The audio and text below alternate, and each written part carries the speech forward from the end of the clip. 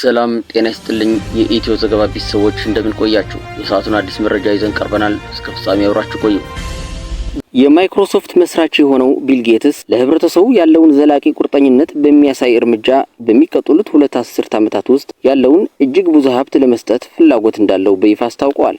ይህ ውሳኔ ሀብቱን ከግል ጥቅም ይልቅ ለበለጠ ጥቅም ለማዋል ያለውን ጥልቅ ፍላጎት በማንጸባረቅ በዓለም ላይ ካሉት በጣም ተደማጭነት ፈጣሪዎችና በጎ አድራጊዎች ህይወት ውስጥ ትልቅ ምዕራፍ ያሳያል። ቢል ጌትስ በዋናነት በበጎ አድራጎት ፋውንዴሽኑ ወደ $200 ቢሊዮን የሚገመተውን 99 በመቶ የሚሆነውን የተጣራ ሀብት ለመለገስ አቅደዋል። ይህ ታላቅ ቃል ኪዳን ዛሬ በሰው ልጅ ላይ እየተጋፈጡ ያሉ አንዳንድ አንገብጋቢ ጉዳዮችን በንቃት ለመፍታት ከሀብት ማሰባሰብ ወደ ጥልቅ ሽግግር መደረጉን ያሳያል። የቢል ጌትስ የበጎ አድራጎት ጉዞ ቀድሞውንም ጠቃሚ ነው። ባለፉት ዓመታት በዓለም ዙሪያ ለተለያዩ የጤና የትምህርትና የልማት ስራዎች $100 ቢሊዮን የሚገመት አስተዋጽኦ አድርጓል። የሱ ፋውንዴሽን እንደ ተላላፊ በሽታዎች፣ የእናቶችና ህጻናት ጤና፣ ደህንነት ቅነሳና የትምህርት ማሻሻያዎችን ያነጣጠረ የበጎ አድራጎት ድርጅቶች አንዱ ነው። በዚህ አዲስ ቁርጠኝነት ቢል ጌትስ በሚቀጥሉት 20 ዓመታት ውስጥ እስከ $200 ቢሊዮን የሚደርስ ወጪን ገምግመዋል። ከሀብቱ ውስጥ ይህን የመሰለ ድርሻ ወደ እነዚህ ምክንያቶች መምራት በዓለም ዙሪያ በሚሊዮኖች የሚቆጠሩ ህይወት ላይ ተጨባጭ መሻሻሎችን እንደመፍጠር ይረዳል ብሎ ያምናል። ቢል ጌትስ ቀዳሚ ያነሳሱ ሀብቱን የግል ሀብት ከማካበት ይልቅ ለህብረተሰቡ ጥቅም ማዋል እንደሆነ አጽንኦት ይሰጣል። በራሱ አባባል ዓላማው ሀብቱን ለውጥ ለማምጣት ጥቅም ላይ መዋሉን ማረጋገጥ እንጂ ጥቅም ላይ ያልዋለ ሀብትን መተው ብቻ እንዳልሆነ ተናግረዋል። ትሩፋቱን እያሰላሰለ በብሎግ ላይ ሀብታም እንደሞተ ሰው ሆኖ መታወስ እንደማይፈልግ ጽፏል። ይልቁንም ጥረቱን መከራ በማቃለልና እድገትን በማምጣት ለመታወስ ይመኛል። ቢል ጌትስ በ19ኛውና በ20ኛው መቶ ክፍለ ዘመን መገባደጃ ላይ ከነበረው ታዋቂው የብረታ ብረት ባለቤትና በጎ አድራጊው አንድሪው ካርኔጊ ጽሑፎች መነሳሳትን ፈጥረዋል። የካርኔጊ 1889 የሀብት ወንጌል የሚለው ድርሰት ሀብታሞች ለህብረተሰቡ የመመለስና ሀብታቸውን ለህዝብ ጥቅም የመጠቀም የሞራል ግዴታ አለባቸው ሲል ይከራከራል። ቢል ጌትስ ሀብታም የሚሞት ሰው ክብሩን አጥቷል በማለት እውነተኛ ክብርና ዓላማ የሚመጣው ለሌሎች ደህንነት አስተዋጽኦ በማድረግ እንደሆነ ገልጸዋል።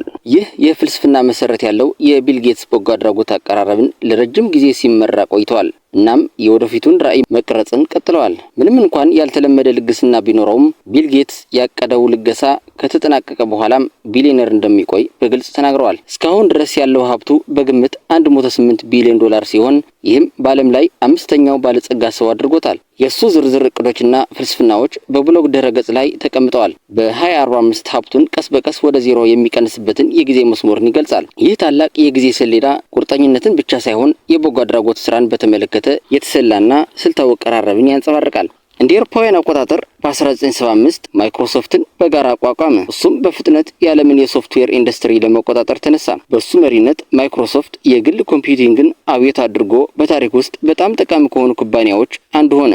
የቢል ጌትስ የሥራ ፈጠራ ራዕይ ዓለም ከቴክኖሎጂ ጋር ያለውን ግንኙነት ለውጠው የግል ኮምፒውተሮችን ወደ ቤቶች፣ ትምህርት ቤቶችና ቢሮዎች በማምጣት በዓለም ዙሪያ የሱ ፈጠራዎችና አመራር የዲጂታል ዘመንን ለመቅረጽ ረድተዋል። እናም የሱ ተጽዕኖ ከንግድ መስክ አልፎ የዓለም አቀፍ የጤናና የልማት ጥረቶች ያግዛል። ቢል ጌትስ ከንግድ ስራው የዕለት ተዕለት እንቅስቃሴ ለመውጣት ሲዘጋጅ ትኩረቱ እየጨመረ ወደ በጎ አድራጎትና ማህበረሰባዊ ተጽዕኖ ይሸጋገራል። እንደ መከላከል የሚችሉ በሽታዎችን፣ የእናቶችና ህጻናትን ጤና፣ ድህነትን ለመፍታት ሀብቱን ለማዋል ያደረገው ውሳኔ ዘላቂ ለውጥ ለመፍጠር ካለው ልባዊ ፍላጎት ነው።